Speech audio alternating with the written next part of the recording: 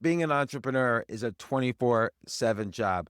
And when you're hiring, you need a partner that works as hard as you do. That hiring partner is LinkedIn Jobs. When you clock out, LinkedIn clocks in. LinkedIn makes it easy to post your job for free, share it with your network, get qualified candidates that you can manage all in one place. For one thing, there you could post a job. LinkedIn's new feature can help you write job descriptions and then quickly get your job in front of the right people. You get qualified candidates. At the end of the day, the most important thing to your business is the quality of the candidates. And with LinkedIn, of course, you can feel confident that you're getting the best. Based on LinkedIn data, 72% of small and medium businesses say using LinkedIn helps them find high quality candidates. Find out why more than 2.5 million small businesses use LinkedIn for hiring today. Find your next great hire on LinkedIn. Post your job for free at linkedin.com/Altucher. That's linkedin.com/Altucher to post your job for free. Terms and conditions apply. This message comes from Capital One. The Capital One Venture X business card has no preset spending limit, so the card's purchasing power can adapt to meet business needs. Plus, the card earns unlimited double miles on every purchase, so the more a business spends, the more miles earned. And when traveling, the Venture X business card grants access to over 1,000 airport lounges. The Venture X business card. What's in your wallet? Terms and conditions apply. Find out more at CapitalOne.com/VentureXBusiness. Today on The James Altucher Show. I've never really viewed it as saving money. I view it as purchasing independence. And I don't view it as delayed gratification. I view it as pleasure right now. I think most wealthier people are not necessarily happier than less wealthy people, but I think they have fewer bad days. I think no matter how you're living, what people really value is a simple life, an uncomplicated life, because that is almost a prerequisite to independence. People say that the money is the root of all evil, but really it's your feelings about money are the root of that evil inside of yourself. Happiness is always, for everybody, a 5-minute emotion. Almost nobody is ever happy for more than 5 minutes. In a similar way that if you hear the funniest joke in the world, you don't laugh for 7 years, you laugh for 30 seconds. I think the emotion that you want to chase with money is not happiness, because you're never going to achieve that. It's contentment. It's getting to a point where you say, I'm good.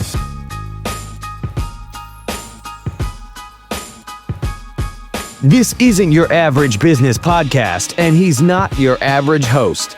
This is The James Altucher Show.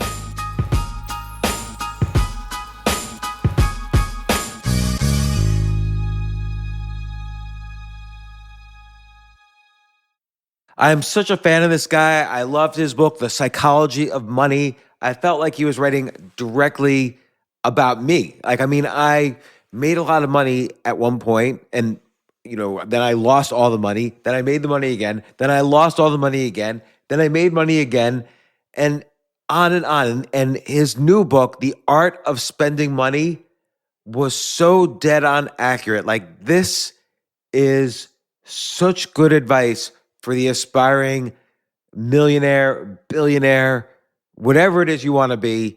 And everything he says is so insightful. Morgan Housel, such a great interview we did. Here we go.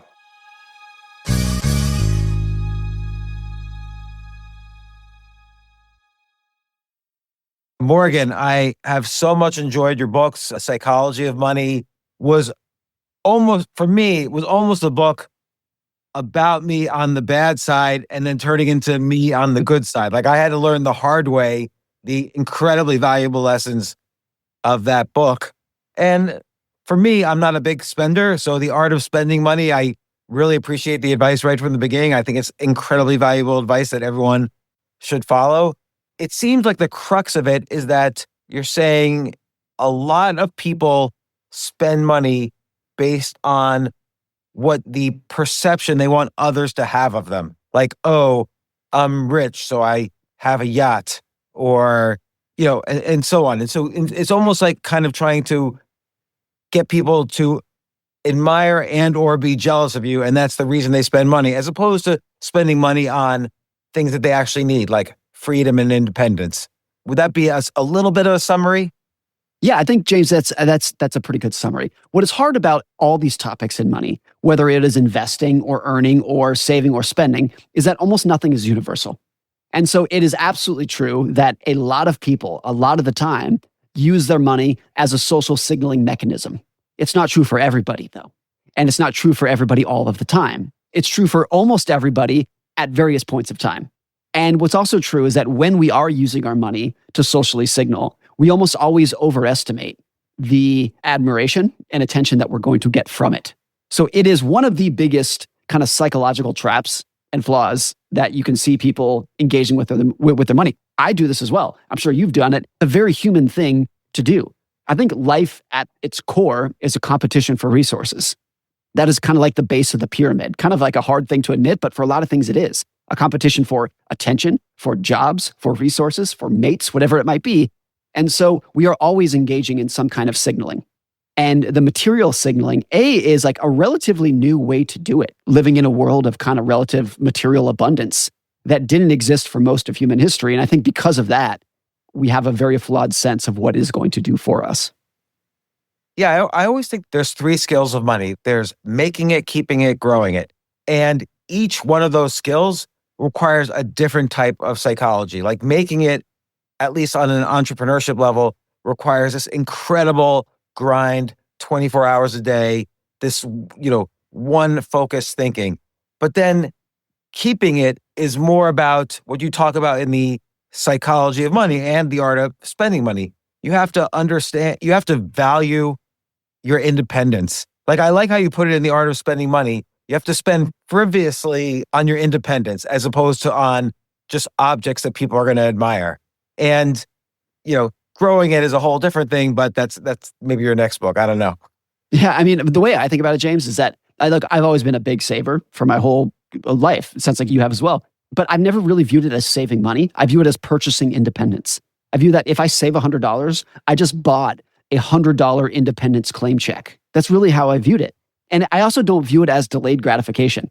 If I save $100 today, I'm $100 more independent today, and that gives me a good feeling today. I'm not delaying any kind of gratification with this. I love waking up with a sense of independence, that I can do whatever I want today, with whomever I want, for as long as I want, even if most days what I want to do is wake up and work, but I'm doing it on my terms. And also with the sense of recognizing and being cognizant of how fragile the world is to your individual life and for the broader world economy. And that life is just a continuous chain of surprises and setbacks and recessions and pandemics and bear markets. And the more savings you have, the more independent you are, the higher your ability to endure those setbacks. That gives me pleasure right now, today. And so I don't view it as saving money. I view it as purchasing independence. And I don't view it as delayed gratification. I view it as pleasure right now. I think that is a great way to look at it. And honestly, I haven't looked at it that way in the past. I viewed saving money, often I viewed it as wasting money. But you're right, because like I think of times like in the year 2000, I would say I had a lot more money than I had in the year, let's call it 2010. So 10 years later. And yet I was much happier in 2010 than I was in the year 2000 because I wasn't spending nearly as much money.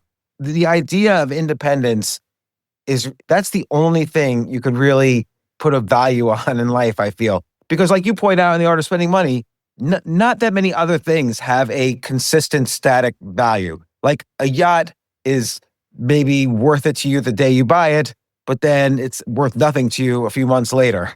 Whereas independence means you can wake up and do the things you want to do every day. That remains consistent.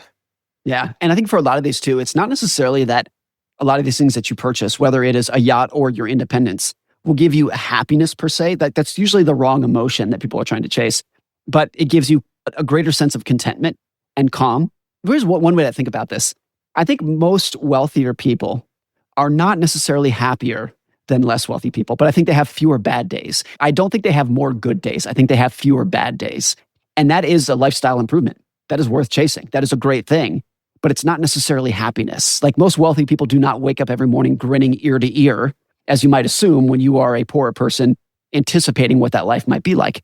So the emotions that we can get from it are absolutely a lifestyle improvement. It's just maybe not exactly what you think it's going to be when you're dreaming about it. You brought up a very good point too, that first chapter of The Art of Spending Money I called The Quest for the Simple Life, which it's the title of a book that was written in the early 1900s.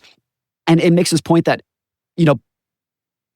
you can live an extravagant life. You can have the mansion and the yacht and the fancy cars, whatever you want to do. Everyone's different. Do your own thing. But I think no matter how you're living, what people really value is a simple life. an uncomplicated life, because that is almost a prerequisite to independence. It's hard to be independent if you have a very complicated life with a lot of moving parts. And Warren Buffett, many, many years ago, made this joke, as he often does. He makes kind of sexual, like inappropriate jokes. Someone asked him why he doesn't have a yacht. And he was like, well, if I get a yacht, I need a yacht boy. And then my wife might start, looking at the yacht boy. And it's like your life gets very complicated at that point. And so the book is not a plea to be super frugal. And I don't think that I am. My wife and I spend a fair amount of money on things that we really enjoy, most of which is independence, but a lot of material things as well.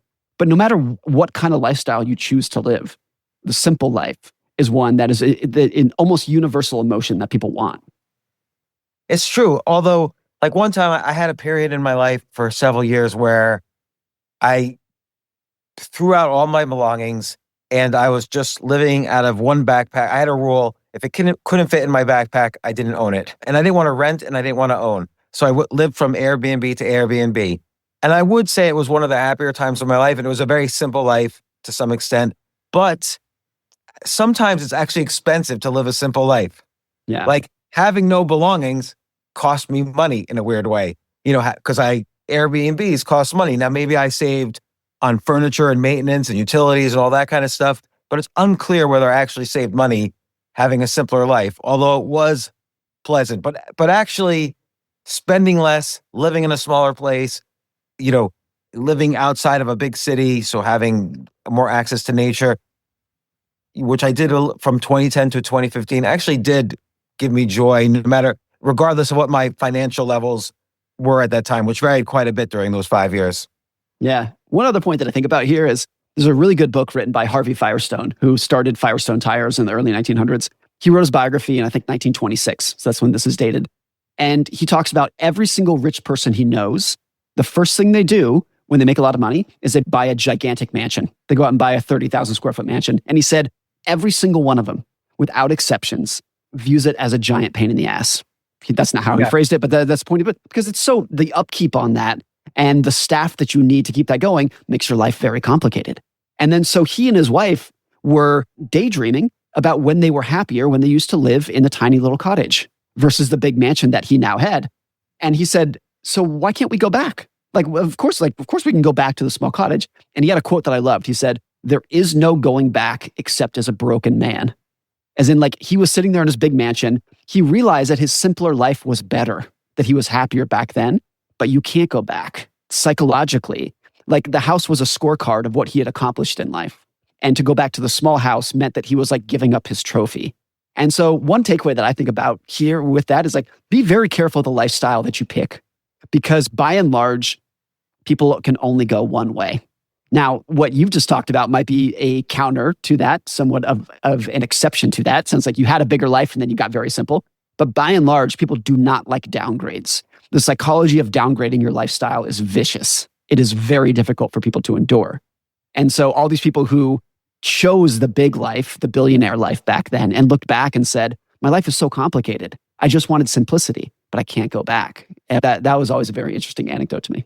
Yeah, you point out in the book, he even mentions further that he says even Henry Ford got a big mansion, and Henry Ford's considered to be a very simple man. So, or had simple needs. But I think that was a good thing to mention in your book, because then it forces the reader, it forced me to think to myself, can I go backwards? I live in a nice place right now. Would I be able to move into a studio apartment if I thought, that was the years I was happiest, when I lived in a studio apartment? And I think the answer is no. I think you can't go back. It would be hard. Right. It's very difficult. And I think what this gets down to is, are your possessions utility or status? Are they utility, giving you utility in life, or are they status? And when I say status, I don't just mean it to signal to other people. A lot of status is internal. It's a reminder to yourself of what you've overcome. And so when I say status, you might think, I'm not trying to show off for other people. I don't care what anyone thinks of my house. They don't even see my condo. They don't even know. It's status for yourself, though. It is a scorecard in your own head of what you have accomplished. And if you go back to the smaller place, in your own head, it's you don't have to care what anyone else thinks. In your own head, you feel like you've taken a step back, and that's very difficult to deal with. Yeah, that's so interesting. And this is related to both books, because the psychology of money deals a lot with this. And I had a story that would be classic in your psychology of money, which is one time I was so anxious about losing money. And of course, when you have no money, you could be happy. I had no money my whole life. I was super happy, super driven. Then I got money and then I lost it. And of course, I was the worst misery of my entire life. And I was so anxious. I went to a psychiatrist and he's like, how can I help you? And I said, honestly, the only way you could help me is if you write me a check right now for $1 million. And he said, well, I honestly don't think that's going to help you. And of course, he was right. And that's the whole point of the psychology of money, that it's not money itself. It's something internal that's happening. People say that the money is the root of all evil, but really it's your feelings about money are the root of that evil inside of yourself. And how, other than reading your books and kind of really trying to incorporate your advice, how do you build up a good psychology of money and spending and so on? I wish there was a simple formula that I could give you or a simple 5-step program or whatever. I think for me, what's been most helpful is really trying to get on this therapist couch level of introspection. And to me, it was, who am I? Like, it's going to be different for everyone, but who do I, as Morgan, who am I trying to impress? Whose love and attention and admiration do I want in life? And when I ask that question, it's actually a very simple answer. It's like my wife, my 2 kids, my parents, and maybe 3 of my friends. There's a great Warren Buffett quote where he says, success in life is when the people who you want to love you do love you. And important there is like the people who you want to love you. I don't care or want the love and attention of strangers. And by the way, they're not even paying attention anyway, so why would I even admire that? I desperately want the attention of those 6 or 7 people that I just named.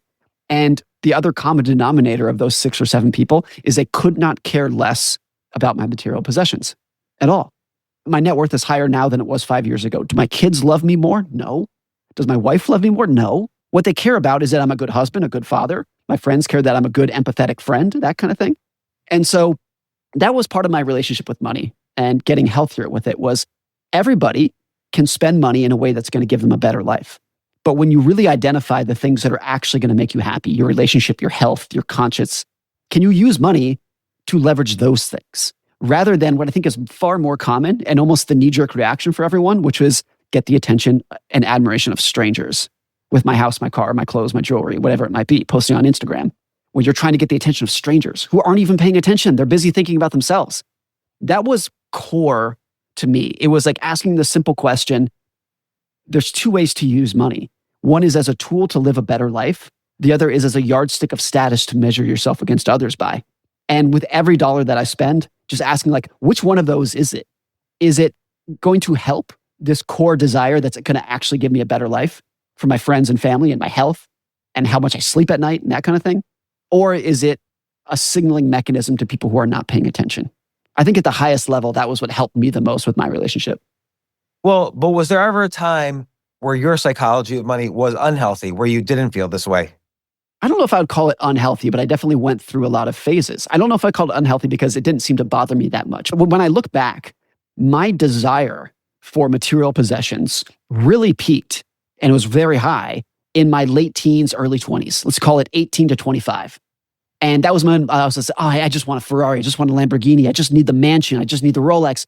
And I didn't know this at the time, but looking back, it's very clear why I wanted that, which was I had nothing else to offer the world. I had no career. I had no intelligence. I had no humor. I didn't know how to be a good boyfriend, husband. I didn't have anything to offer anybody. And so I think naturally in that situation, you revert to, people won't admire me for any of those attributes. Maybe they'll admire me for my car. And I think that was why I wanted it. I had nothing else to offer. And I think as I've aged and gotten a little bit more mature, now I seek my admiration and attention from those people by being a good husband, a good dad.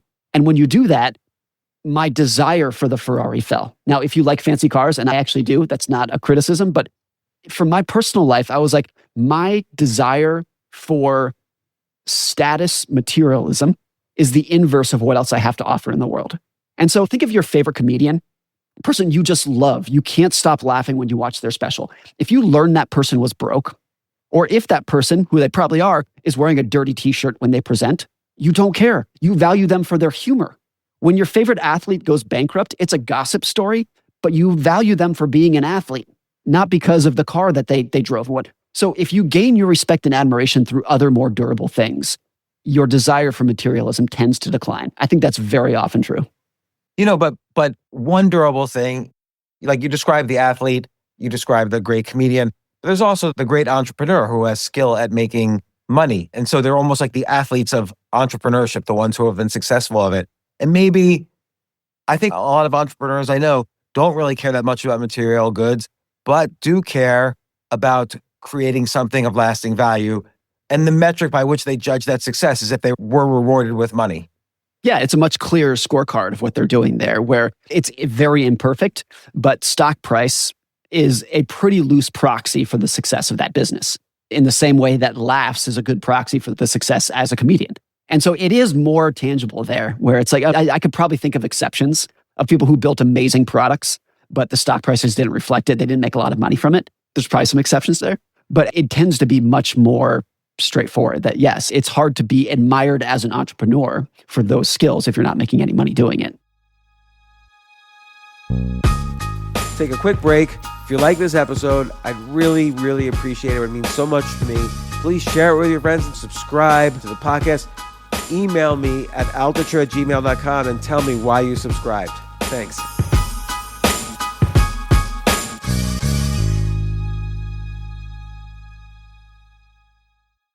Being an entrepreneur is a 24/7 job. And when you're hiring, you need a partner that works as hard as you do. That hiring partner is LinkedIn Jobs. When you clock out, LinkedIn clocks in. LinkedIn makes it easy to post your job for free, share it with your network, get qualified candidates that you can manage all in one place. For one thing, you could post a job. LinkedIn's new feature can help you write job descriptions and then quickly get your job in front of the right people. You get qualified candidates. At the end of the day, the most important thing to your business is the quality of the candidates. And with LinkedIn, of course, you can feel confident that you're getting the best. Based on LinkedIn data, 72% of small and medium businesses say using LinkedIn helps them find high-quality candidates. Find out why more than 2.5 million small businesses use LinkedIn for hiring today. Find your next great hire on LinkedIn. Post your job for free at linkedin.com/Altucher. That's linkedin.com/Altucher to post your job for free. Terms and conditions apply. I earned my degree online at Arizona State University. I chose to get my degree at ASU because I knew that I'd get a quality education, they were recognized for excellence, and that I would be prepared for the workforce upon graduating. To be associated with ASU, both as a student and alum, it makes me extremely proud, and having experienced the program, I know now that I'm set up for success. Learn more at asuonline.asu.edu. What can 160 years of experience teach you about the future? A lot, especially when it comes to protecting what matters. At Pacific Life, we've helped people and businesses confidently embrace the future with life insurance, retirement income, and employee benefits. With strategies built on strength and trust, and a promise to be here for you today and tomorrow. Ask a financial professional how Pacific Life can help you today. Pacific Life Insurance Company, Omaha, Nebraska, and in New York. Pacific Life and Annuity, Phoenix, Arizona. I think part of my own unhealthy relationship in terms of the psychology of money is not that I don't think there's ever been a point in my life where I really wanted material goods, but I was so desperate for freedom and independence. I saw my parents go bankrupt and were poor, and they just always did things they hated. They never had independence or freedom. They were miserable. And I was so scared of that I had this incredible fear. Even after the more money I had, the more I was afraid I was going to lose my independence and freedom. And that feeling, of course, makes you lose your independence and freedom because you end up taking on too much risk and you lose it all. And so that was my unhealthy relationship with money. It wasn't a material goods thing. It wasn't even trying to get admiration thing. It was just trying to stay ahead of what I thought was this world trying to take this independence from me. And of course, it made me, again, take more risks and often lose the money until I realized this trap I was in. I think what you described is not uncommon for people who made some money. There was this is just in the last year or so, Steve Ballmer, who is one of the richest men in the world, is worth $150 billion now, former CEO of Microsoft. He gave an interview with the podcast Acquired, and he doesn't say this directly. He does not say this, so I'm kind of putting words in his mouth. But he kind of hints at the fact that he, worth $150 billion, worries about losing his money. He kind of skirts around that topic a little bit. And I think it's not uncommon that even if you look at multi-billionaires, decabillionaires, centabillionaires, they worry about losing it. Sometimes it's rational because a lot of them have all of their net worth in one stock. So like the odds that they can lose it all is actually like not that small. But it's interesting that there seems to be no satiation where at X net worth, I'll stop worrying about losing it. And it's true that when you have nothing, you don't worry about losing. You have nothing to lose. So that thought's never in your head. And what you tell yourself is, if only my net worth was $1 million, $10 million, whatever, then I wouldn't have to worry anymore. But once you have $10 million, you're like, well, what about inflation? What about taxes? What if I make a stupid investment? What about leverage? You just exchange one worry for the next. And I think a lot of that is just whatever hole you were trying to fill with money is not being filled. And I think that's true in that situation because there are people who do a very good job at saying, once my net worth is $1 million, that's all I'm going to need. And I'm totally content after that. Daniel Kahneman, the late psychologist, told this story that he went to his financial advisor. He was in his 70s at the time. And he said, I have no desire to earn any more money. I have no desire to see my net worth higher than it is right now. I just want to live comfortably on what I have. And the financial advisor told him, I can't work with you. And because to the financial advisor, it was like so antithetical that somebody would not want more money. And Kahneman was like, I don't think it's that rare, actually, that I'm perfectly content. I don't have this desire to just keep accumulating more. And so some people do a very good job doing it. But the people who don't are the ones who tell themselves, if only I had $1 million, my problems would go away. And then if they have $1 million or whatever their goal is, they might even feel worse because they were like frantically shoving money into the hole in their soul. And then once that hole was filled, they realized they had the same feeling. And I think in that situation, it's something else. There's that the hole needs to be filled with something else. There's something else going on in your life, and money's obviously not the issue.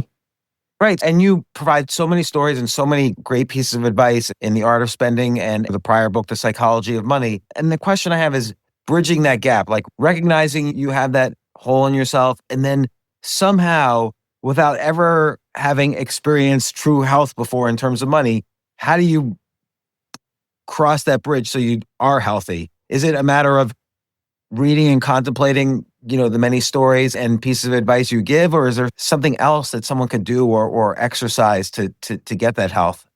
One statement here that I think is very unfortunate. I wish I didn't have to make this statement, but everything that I've learned about money leads me to believe this is true. Most of your personality and my personality, everyone's personality, is forged at conception. It's not learned in the real world. There is a part of it that is learned experience that you can kind of change your mind on. But some people are wired very differently than others. Of course, that's not a bold statement. And so I think a lot of people who have a lifelong issue with money or a lifelong non-issue with money, that is not a learned experience that you can really teach. That's just how they're wired. Charlie Munger stated this very starkly. He said, when you are teaching money matters to young people, they either understand it instantly or never. Those are the two time periods in which they get it. I think there's a lot of truth to that.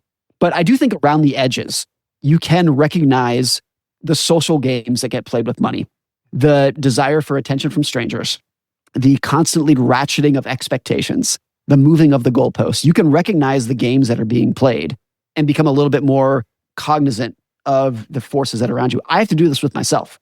Someone who I think I can say has done a pretty good job at keeping my expectations in check and saving and using money for independence. Not perfect, but I think I've done a decent job of that. Almost daily, I have to remind myself because I'll get stuck in a trap of like, if only we had a bigger house. Oh, look at that car. If only I had that. Oh, look at his jacket. What if I had that jacket? And I have to remind myself, yes, some of those things are worth purchasing, and I do purchase, but I'm not going to get the attention that I assume. It is so common to assume that if I had that jacket, people would pay attention to me and say, ooh, look at Morgan. He's looking good. It's not how it works. It's almost never how it works. And by the way, that guy whose jacket I just saw, I don't care about him. I just care about his jacket. But I'd want his jacket because I then think people will care about me. It was like, you have to constantly remind yourself of how stupid that game can be. And when you do, I think for me, it has pushed me closer towards, I want to use my money to help my immediate family and give myself independence and have some nice things that I have my quirky desires for. But I have to remind myself daily of the fact that I'm not going to get the attention that I intuitively assume I will. Yeah. And you mentioned something in the book, something like, seeking the jealousy of others is like, or doing things that you think will make people jealous of you is like outsourcing your critical thinking to other people. And I thought that was a valuable quote. Like, you can't ever make decisions by outsourcing decision-making skills to other people who are not you. So much of that is because you can't see a full holistic picture of their life. So if you are looking at somebody else, you can see their house, you can see their clothes, you can see their car. You cannot see their mental health by and large. You can't see their relationships. You can't see their physical health. You can't see how well they're sleeping at night. You can't see their conscience. All the things that actually create a good life, you are blind to. And so if you're looking at someone's material possessions and saying, they have a great life, I want that life. If only I had that, then I would be happy. You're seeing maybe 2% of what actually matters in their life. And you see that all the time. Right in the book, of the top 10 richest men in the world, there are a cumulative 15 divorces among the top 10. And so a group, and obviously it's a tiny sample size, you can't really draw any conclusions from that, but here are a group of men who are among the most admired men in the entire universe. And actually, if you dig not that deep into their life, you dig like one layer down into their life, there's a lot of things where it's like, no, that's actually a pretty shitty life. Like for a lot of them, they've been through some very hard times.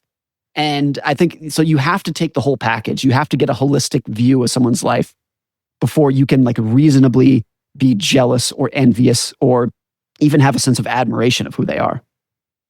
Yeah, it's really true. And, but then, and I do like this idea, this exercise of really thinking about what makes you happy instead, and not putting money in there, because money is a tool for what makes you happy. And maybe you could say, I love going to sleep at night, not knowing I'm not in debt. So in that sense, money can make you happy. But thinking about the other things like living a simple life or doing a certain activity that you don't normally do, there's other things that, listing these things that make you happy, and then trying to decide, does having more money get me closer to these activities? I think that is a useful exercise for distinguishing between money and what actually makes you happy. So what should you spend your money on? Should it be freedom? Should it be some of these activities or experiences? Should it be accumulating more money? I think that helps sort of decide things a little better. Yeah. I think for me personally, having a higher net worth than I did in previous years, a lot of what it's done for me is just a reduction of anxiety. And so, for example, 10 years ago, if my water heater blew out, I would have been devastated. It would have crushed me for a month. But now if it were to happen today, it's kind of like, oh, well, that's a shame. Let's go call the plumber and take whatever quote he gives us. And so that's just a reduction of anxiety. It's not happiness. It's not that, because the hot water heater broke, I'm happy, but it's a reduction of anxiety. And that's super important. That's what it's been for me. The other thing to that point is happiness is always, for everybody, a 5-minute emotion. You are like, almost nobody is ever happy for more than 5 minutes. In a similar way that if you hear the funniest joke in the world, you don't laugh for 7 years, you laugh for 30 seconds. Humor is a 30-second emotion, and happiness is very similar. It's always fleeting. So I think what people actually want when they daydream about having more money and what that life would be, what you are actually daydreaming about is contentment. You're imagining yourself in that bigger house with that fancy car, whatever it might be, and being perfectly content with those things. But what is more likely to occur for more people is that if they get in the bigger house, they are happy for about 5 minutes, and then they look across the street to their neighbors whose house is bigger, and they start being envious and dreaming of that. They're not content. And so I think the emotion that you want to chase with money is not happiness, because you're never going to achieve that. It's contentment. It's getting to a point where you say, I'm good. I have everything I want. I have the independence I want. I can spend the time with the people who I want. That's what you're going for. It's not necessarily happiness, though. In terms of you mentioned a lot about savings, and I'm not the same type of saver you are, as I can gather from your books. Like, for instance, when people are in their 20s, I think it's always important to have some amount saved just in case of worst case scenarios, like a parent gets sick, you have to take care of them, you lose a job, whatever. But at some point, because the earning power of someone in their 20s is going to go up so much higher than inflation, not in all cases, but in many cases, saving an extra $100 a month when you're 23 years old is sort of inconsequential. If you already have like 6 months of runway set aside, I don't think a young person really needs more than that, because, by the way, that 6 months runway you might make in 2 weeks when you're 35 or 45. So yeah. I don't know. And I understand the compounding miracle. Like, I get it. And also, by the way, in The Art of Spending Money, I appreciate your comments about how time compounds also, which is a very important discussion. But I think saving, I don't know, maybe you agree, maybe you disagree. I think savings in your very early 20s when you're first starting your career is not as important as later on. I could come down on either side of this. I think I could argue both sides of this with equal confidence. So I don't know really where I come down on this, but I agree. I was thinking about this the other day that when I was 19, if I saved $100, that was a heroic feat. Like $100 when you're 19 is a lot of money. And I invested that money. So let's say today, I don't know what the math is. Let's say today that's worth $500, which doesn't mean a lot to me. And so could I have had an amazing night out when I was 19 with my friends for that $100, or invested it into an amount of money that means nothing to me today? That's kind of a weird way to put it. But here's where I could take the other side. It is very difficult to live paycheck to paycheck and go into debt and have a YOLO mentality in your 20s and then flip a switch in your 30s and say, now I'm going to become a big saver. Very difficult to actually make that transition. And I think it's difficult to have good saving habits in your 30s and 40s unless you start them in your 20s. I think that's probably true for most people. So I see both sides of that equation. It's funny you bring this up because I was literally thinking about it last night. The $100 when I was 19 is $500, which means nothing to me today. I was thinking about that last night. But I also think if I didn't do that at 19, I would not have the saving habits today in my 40s that I think have made a big difference in my life. I think that's an excellent point, and that could potentially change my mind about this. Like you sort of make that point in The Art of Spending when you say, don't view it as savings, view it as spending on future independence or spending on independence now. So if you have that satisfied feeling that $100 of savings that month is going to create this enormous independence for you in the future, then that could feel very pleasurable and give you this feeling of contentment that what could be better anyway. So, the book started to make it understandable to me, and what you just said also makes it understandable to me. I could see both sides of it now as well. I've known that in the past when young people ask me for advice, I always say after you have that, and I say this to my kids, after you have that first 6 months, they're in their 20s. So if I say to them, if you have that first 6 months, if you have 6 months of savings so that you could do nothing for 6 months, that's good enough. And then just focus on improving your skills, being good at what you do. And I'm not saying go out and party all the time. I don't necessarily encourage them to strain their life by saving an extra dollar or two where they're living in New York City, which is already expensive and a hard place to live and so on. Yeah, no, I definitely do not disagree with that. I think that's wise advice that you give to people. The other part of this I've thought about is for a lot of people when they're adults, if you ask them, what are some of your greatest memories in life? Not everybody, but a lot of people will tell you high school and college.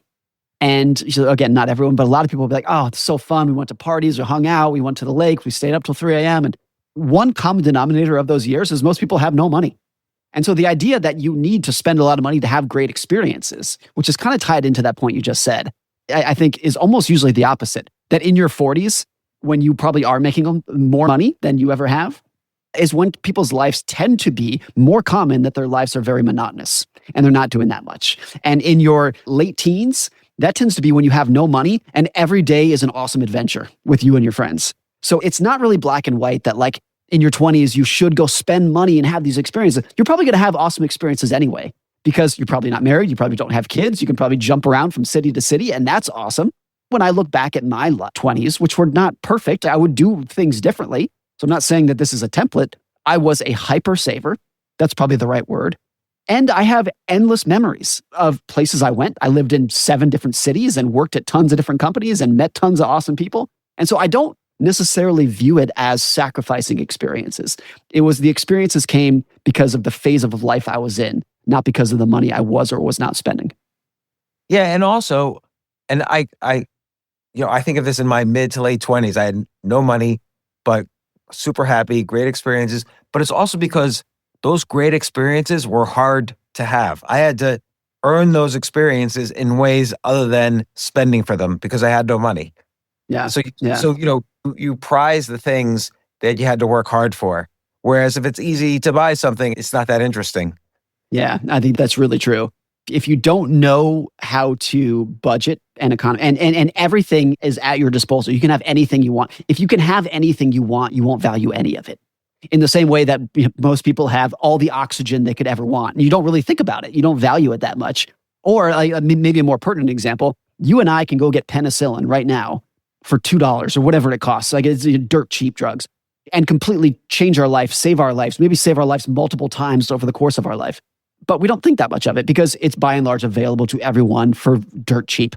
And so there are things where they are incredibly life-changing, but if you don't have to economize for them, you don't value them as much as you otherwise would.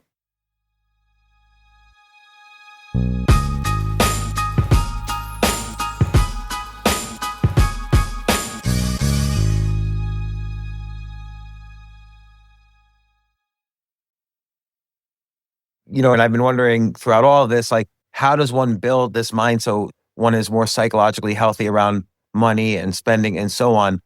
One exercise I try to do is imagining I'm from some other planet and I'm in this body for like the day. I wake up thinking I'm in this body for the day. So whether James Altucher, in quotes, is up in the stock market or down in the stock market that day, it doesn't matter. I have this opportunity right now to build from here. Rather than say where I was from or what I'm striving for, I could just simply build right here, right now, and that will give me pleasure for the day.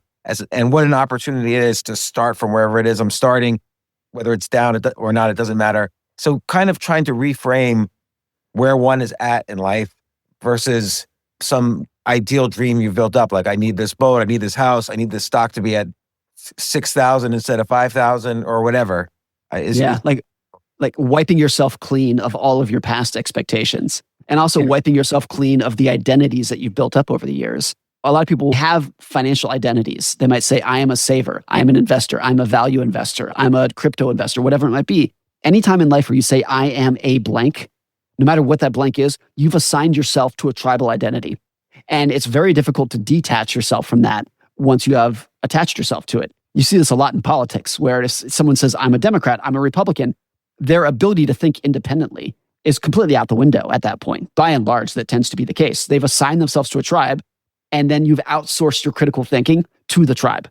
And I think that's true for a lot of money habits as well. If you talk to a lot of financial advisors, they'll tell you one of the biggest problems that they face are people who have saved enough for retirement. People have been diligent savers. Now they're 65, they have $2 million in their IRA, and they can go live a great life, and they cannot bring themselves to spend it. Because their entire life, their financial identity has been, I'm a saver, and my net worth goes up every year. And they can't bring themselves to drawing it down because it's antithetical to their identity, to the tribe that they've assigned themselves to. I imagine that could be difficult. Like, what are you going to do when you reach that tipping point where the years ahead are not as great as the years before? As a hyper saver, how are you going to reconcile with, my net worth might go down every year? I don't know. And I think anyone would be foolish to think that they can look ahead and know exactly what that's going to be. People don't have any sympathy or pity for these people, but a lot of times where you see very poor mental health are on former professional athletes, because there was a period of time, usually in their early 20s, when they were literal superheroes, making millions of dollars a year, everyone lining up for their autograph, literally like the coolest people in the world. And then at age 40, they're kind of nobodies.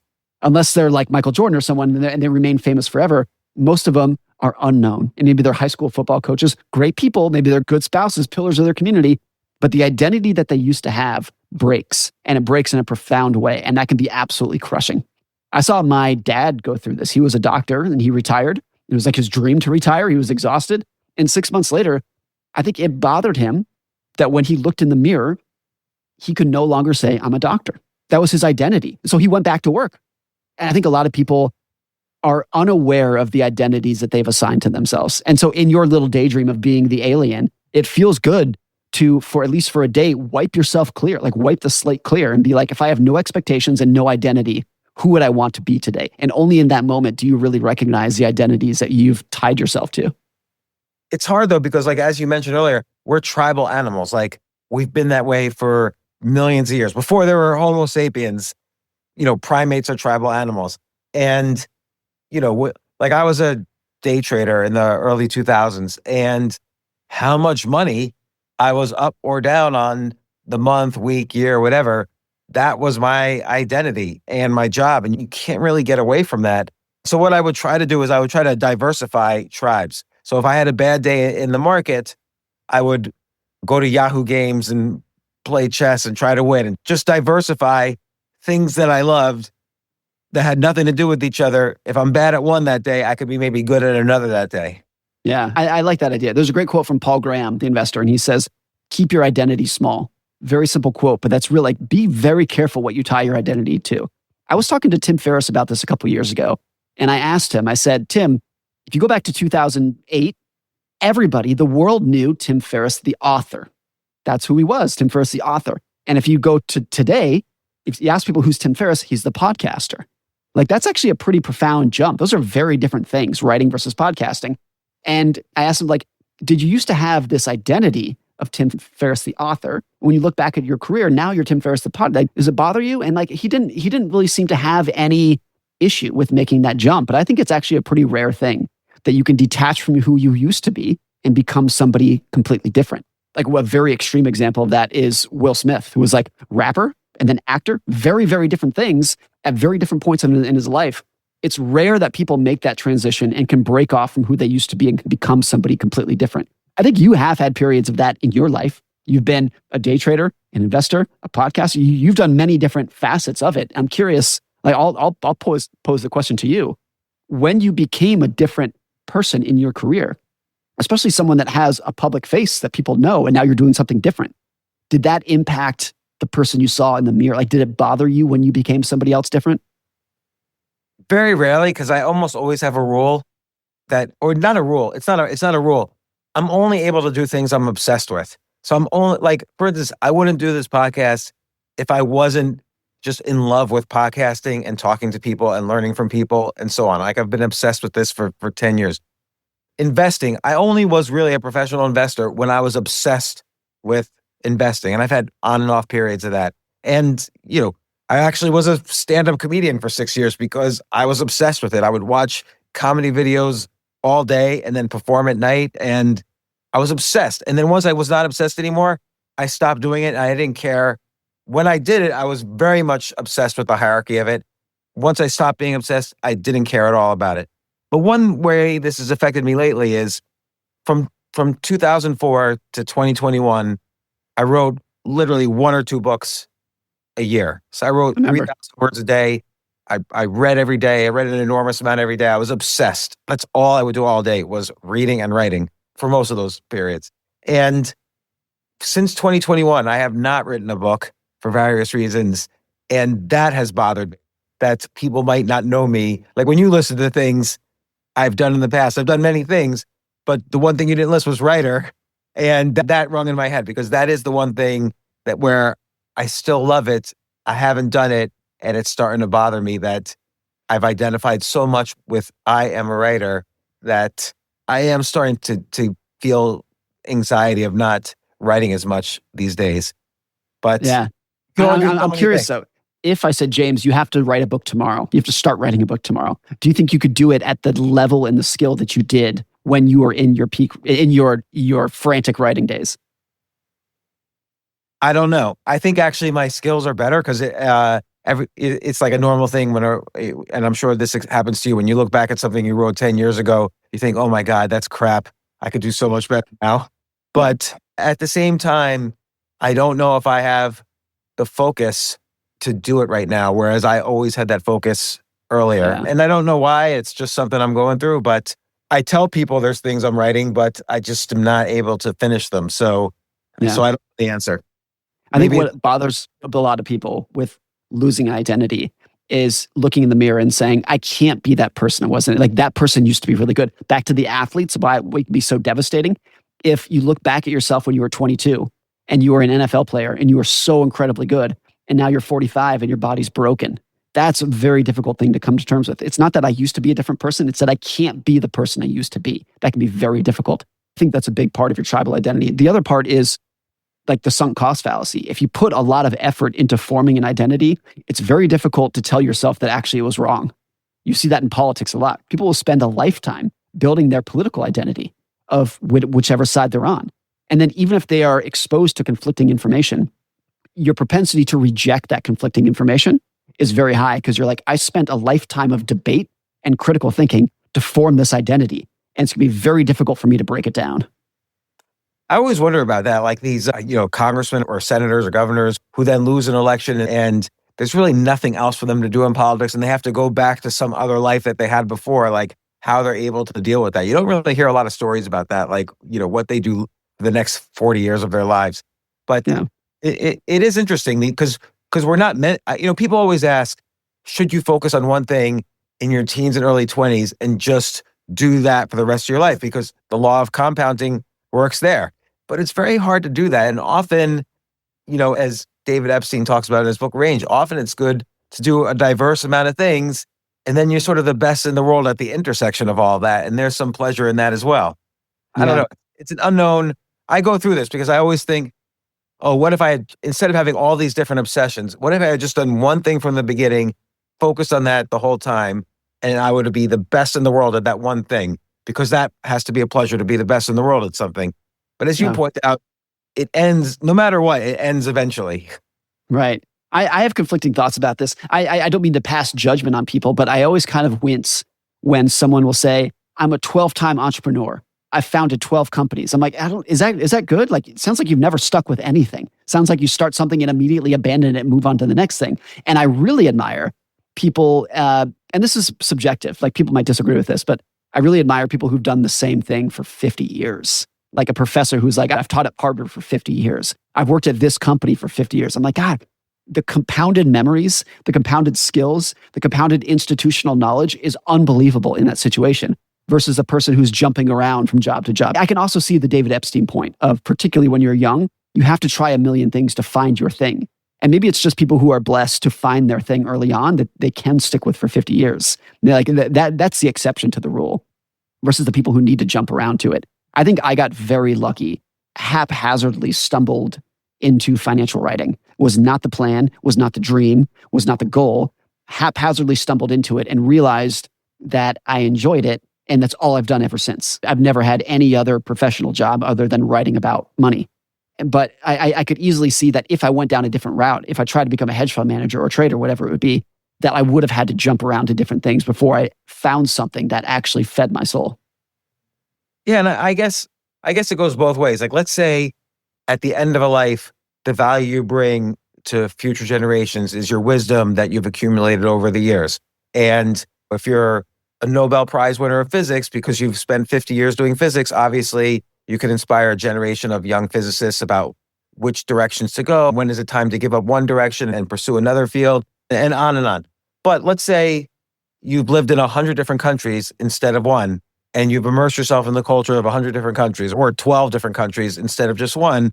That's a different kind of wisdom that you're able to impart on future generations. So, I think it's Arthur Brooks who talks about this, that the brain changes as we get older. So even if you do just love one thing, like let's say when you're younger and you're writing about finance, maybe you're writing about very specific things like the benefits of 401ks or stocks, or this stock's good, this stock's bad. But then as you get older, your brain's just not going to be as good at that perhaps. And maybe it's going to be better at like what you're doing. Like, oh no, money is more about the psychology. And here, if you really want to be, accumulate a lot and then be happy with what you've accumulated, you have to approach it. So that style, you're still writing about finance and writing about money, but I'm not saying this is what you've done, but the context of it changes a little between youth and older age.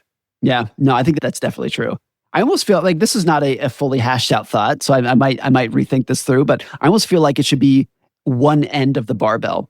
That I think there could be a lot of value to having lived in 50 cities throughout your life. That can impart a lot of wisdom on you. I think there's a lot of value in having lived in the same house in the same city for 50 years too. Like both ends of the barbell can teach you incredible things about the world, about diversity in different cultures, about the value of compounding. We had this experience in the last year, my wife and I. We bought a new house a year ago. This house bought 12 months ago.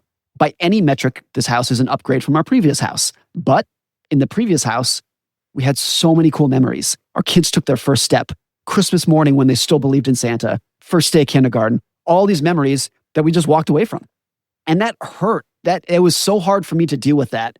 To be like, I'm such a firm believer and writer about the value of compounding. And I just slammed the door on those compounded memories. Now, of course, I still have the memories, but I would have loved where the spot in the house at the bottom of the stairs where my daughter took her first steps.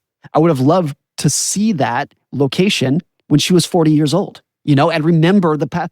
So I think you can contextualize life very well when you have compounded memories. And it pained me a little bit that I slammed the door shut on that compounding.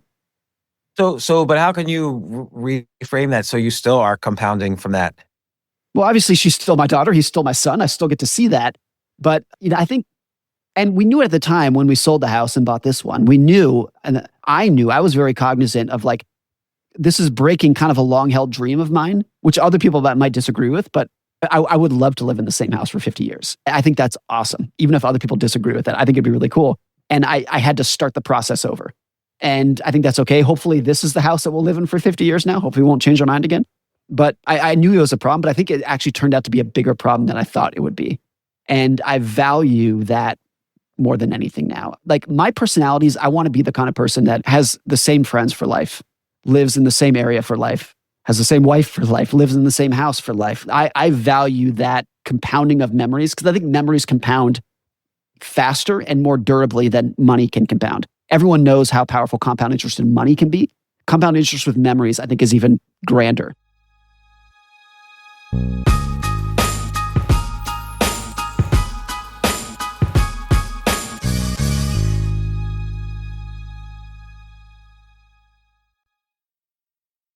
I heard this interview recently with an elderly woman. She was in her 90s. And she said one of the benefits of growing old is that you get to time travel in your head. So she, as someone in her 90s, she could be like, oh, remember what the world was like in the 1960s? What music was like in the 1940s? You get to time travel in your head. So I think those compounded memories are a huge value of life. That makes a lot of sense. And it makes a lot of sense when you live in the same house the whole time. I think the memories, I'll be honest, even if this hurts you a little bit, I do think the memories compound better when you're in the same location because you're physically confronted with them. I don't have that experience with a house, but for instance, New York City, every intersection in all of Manhattan, I could walk on that intersection and be flooded with every memory that has ever happened to me on that exact intersection. And I've been everywhere in Manhattan. I've actually lived everywhere in Manhattan. So I've probably been on every intersection many times. And I remember it. It's like physically, it's like almost watching a movie. I walk onto an intersection and I'm watching 20 different movies at the same time of every memory I've had there. Whereas when I'm outside of New York City, I might not remember any of those things. And maybe I'll never remember those things again because I won't have a reason to. I think this is a very individualistic thing. My wife couldn't care less about the memories in our old house. She's like, what? They're like, we have pictures and the house is just a pile of lumber. Who cares? People are affected very differently by this.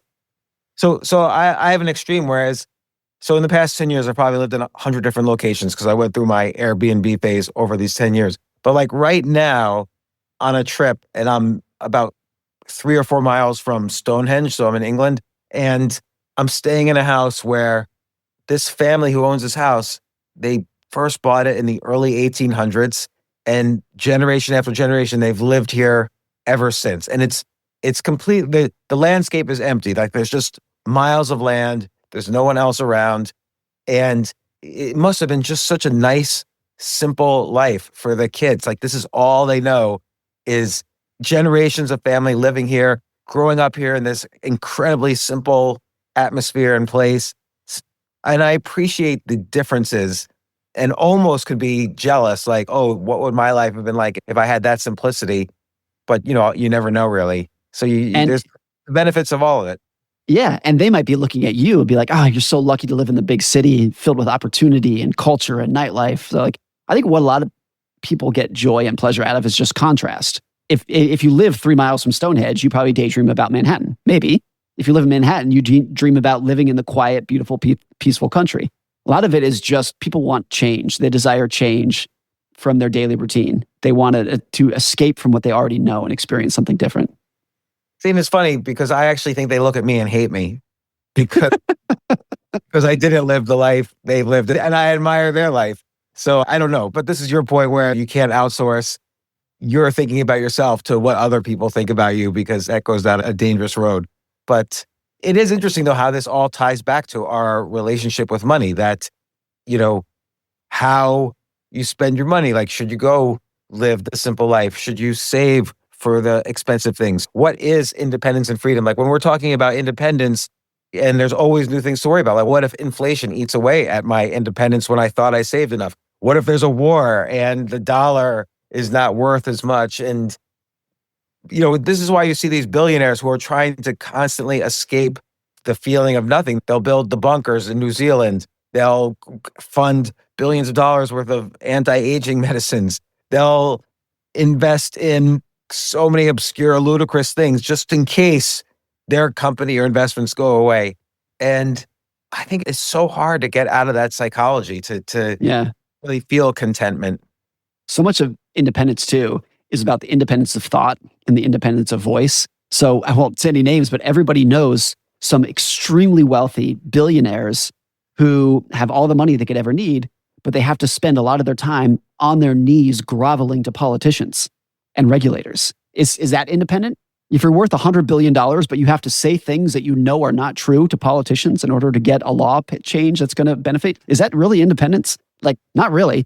And so I think it's more than financial independence. It's psychological, philosophical independence of being who you want. I think one person who has done this very, very well, two people, let's say, Nassim Taleb and Naval, are two people who, I think both have financial independence, but they both just say whatever the hell they want. They are not concerned with pissing anybody off. Both have been on this podcast too, and I like both of them, but it's very true. Naval even more than Nassim. Nassim, I see getting into these almost obscene arguments on Twitter, and I'm like, why? I asked him, why do you have to argue with everybody on Twitter? Like, it's really, you get into these really, and he says, oh, it's just fun, it's just exercise. So I don't know. And see, I think the same thing, but like with Taleb, but I think he enjoys doing it. We can talk about why he enjoys doing it, and you and I would not enjoy doing it, but he is not concerned at all with what anybody says about him. Charlie Munger was the same. People criticized him left and right for what he said. He could not give two shits what you said about him. And that's true independence. Yeah, and I think Naval is like that too. Like, Naval has a real wisdom to him that's valuable to listen to. I almost cannot think of anything he's ever said to me or that I've read that he said that I didn't think was incredibly smart. So see, with Naval, there is a handful of things that he said that I disagree with. But then I'm like, that's the point. He says things that people disagree with no fear of repercussion. That the fact that I disagree is what's great about it. But there are also people who are worth $100 billion who will never say anything disagreeable because they're terrified of the repercussions it's going to cause. That is not independence. Well, when you were saying that, I'm sure we're thinking of the same image. Like, and this is all politics aside. Like, I don't care about the politics of it. But at Trump's inauguration, you see all these billionaires sitting right behind him in the inauguration. And clearly they're all there, whether they wanted to be or not. They're all there because they want to have favor with the guy who's going to be influencing the laws that will affect their companies. There's this hot mic moment where Zuckerberg says, I said 600 billion. What number should I have said? Like, so here's a guy worth $200 billion who's like worried. And it struck me that I wouldn't want to be that way.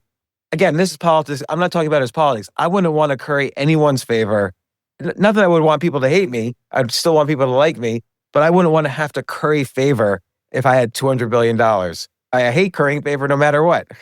I'm the same way. You could, if there is a devil's advocate here, and that's what it is, because I don't know if I believe what I'm about to say, but I think you could say that those politicians at the inauguration are not groveling. They're just smart. They're smart business people who are just know how to get things done.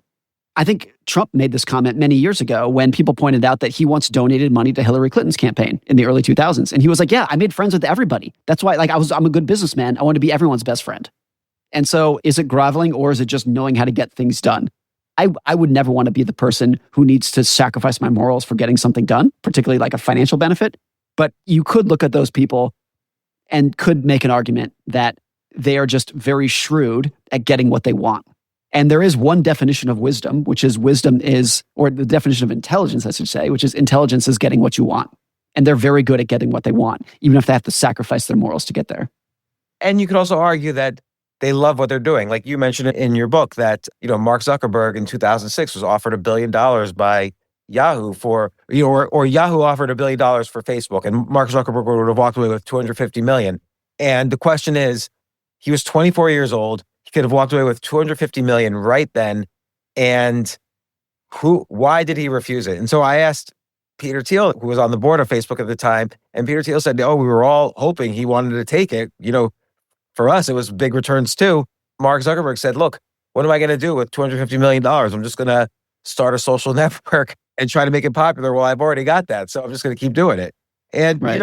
that's certain kind of wisdom as well to really recognize what things, it's like what you were saying earlier, write down the things that make you happy that money can't really buy. Like he was already doing what had made him happy, so he didn't need more money to do it. The vast majority of those extremely successful people, it's probably the wrong thing to say they like what they do.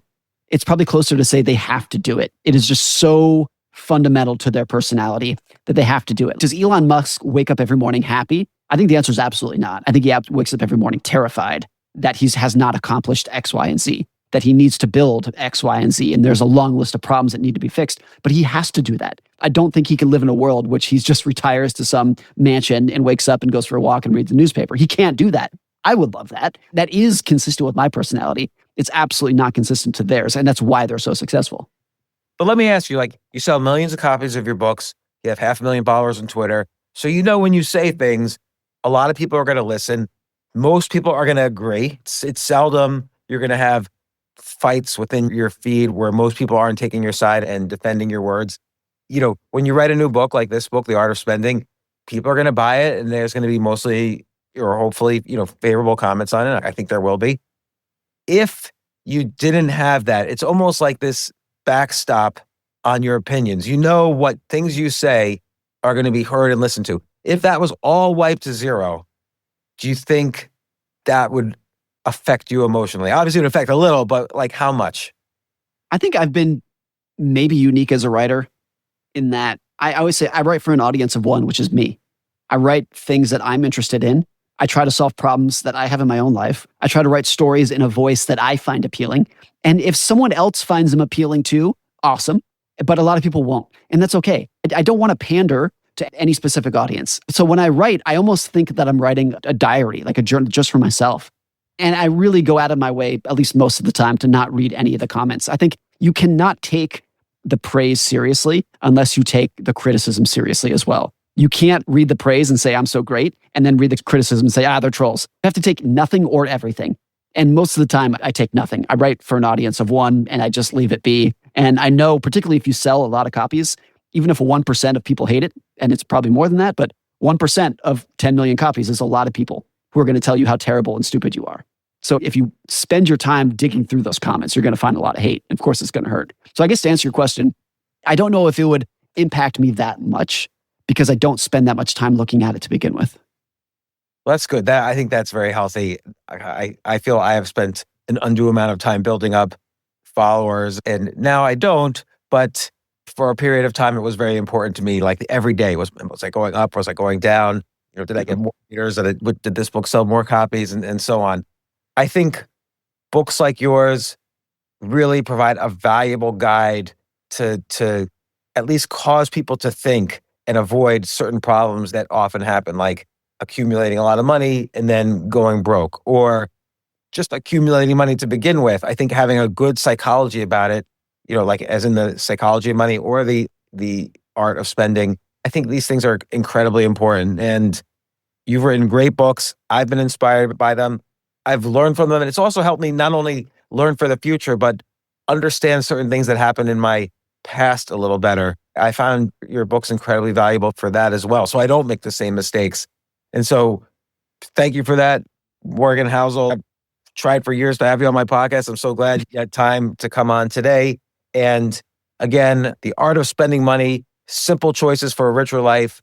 People should definitely buy it. I was riveted to it. And you always write good books that I could read in a day also, which I appreciate. Awesome.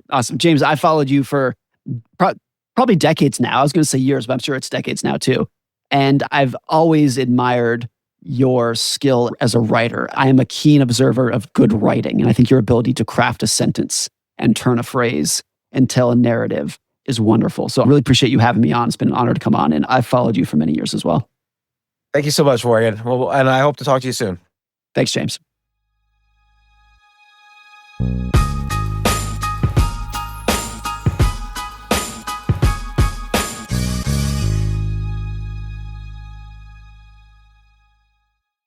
This October, Fear is free on Pluto TV with horror movie collections from Paranormal Activity, The Ring, You will die in 7 days. Scream, and From Dusk Till Dawn. This is my kind of place. And don't miss the man-made nightmares in Mary Shelley's Frankenstein or the world-ending chaos in 28 Days Later. There's something in the blood. All the scares, all for free. Pluto TV. Stream now, pay never. At Arizona State University, we've made online education better, smarter, and more personalized so you can go further in your aspiring field. I decided to pursue medicine once I realized that ASU did have the online program for biological sciences. You're still required to learn the same curriculum. You're still being tested on the same content that anyone would be tested on in person. The comprehensiveness of the program prepared me so well for medical school. Explore over 350 plus programs at asuonline.asu.edu.